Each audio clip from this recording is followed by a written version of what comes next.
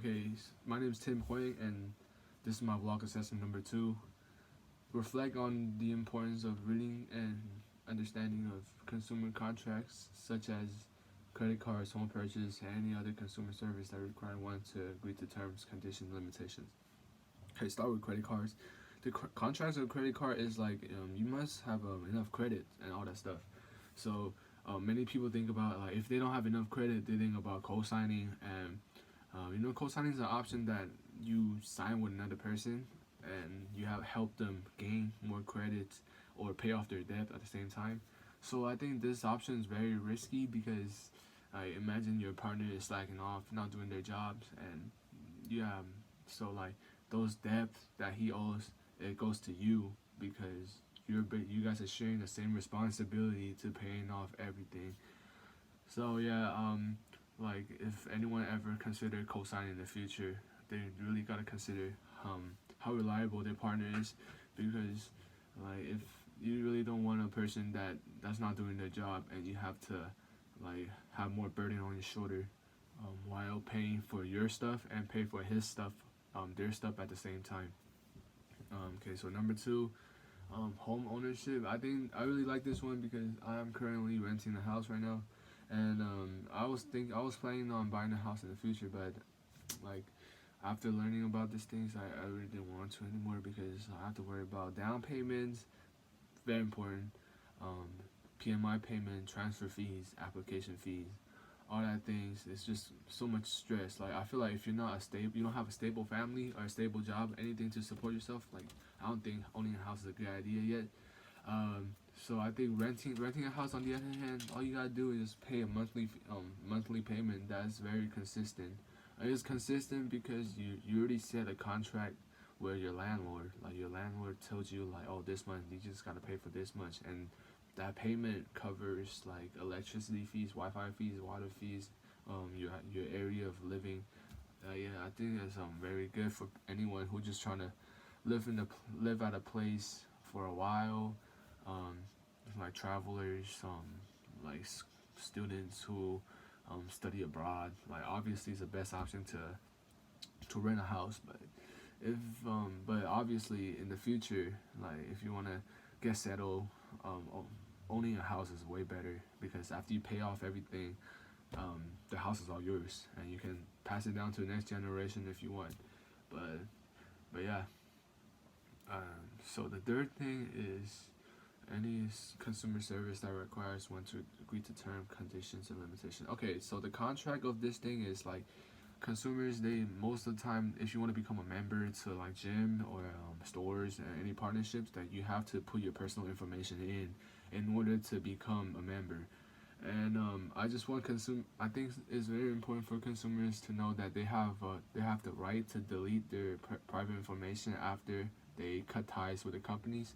And I think every consumers should do so after they're ending their membership, because you don't want any companies to get a hold of your information after you cut ties with them.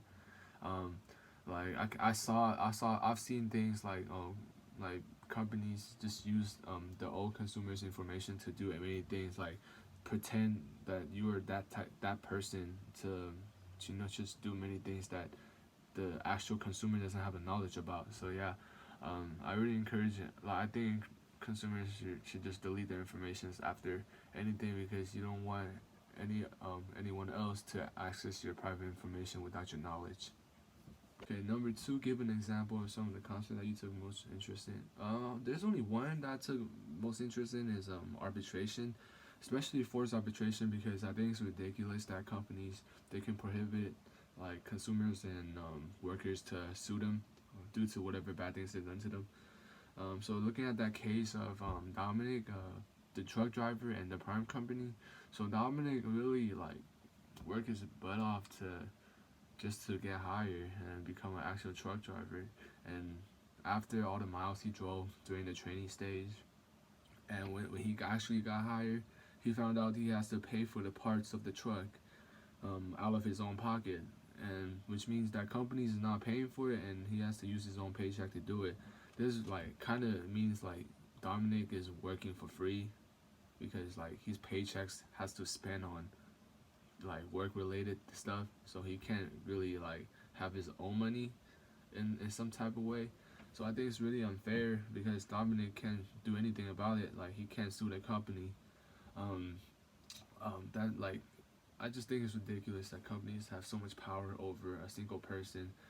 Um, like okay, so I know there was a discussion board that professor wanted us to list the positive things, negative things. It's really hard for me to think about positive things. The only thing I could think of is like a flexible schedule, and both sides can like can adjust their schedule a lot easier. But negative side, there's a lot of things I could think of, like when you there's a when there's a mandatory arbitration, like the manufacturer is always gonna win because like the government or whatever is always gonna support the bigger companies over a single employee or a single consumer, which I think is really unfair, and it really opened my eyes of like how many things in this world is like it's so unfair, and like we don't have enough power to do anything about it. So yeah, this is all I've learned during this semester. I'm really glad I took this class, and hopefully in the future I can learn even more. So I want to thank Professor for just keeping it up on the internet despite this COVID stuff, and I'm so glad I have classmates to comment the post on, and you know just to share our same ideas. And yeah, thank you for listening, and I hope you guys have a great summer.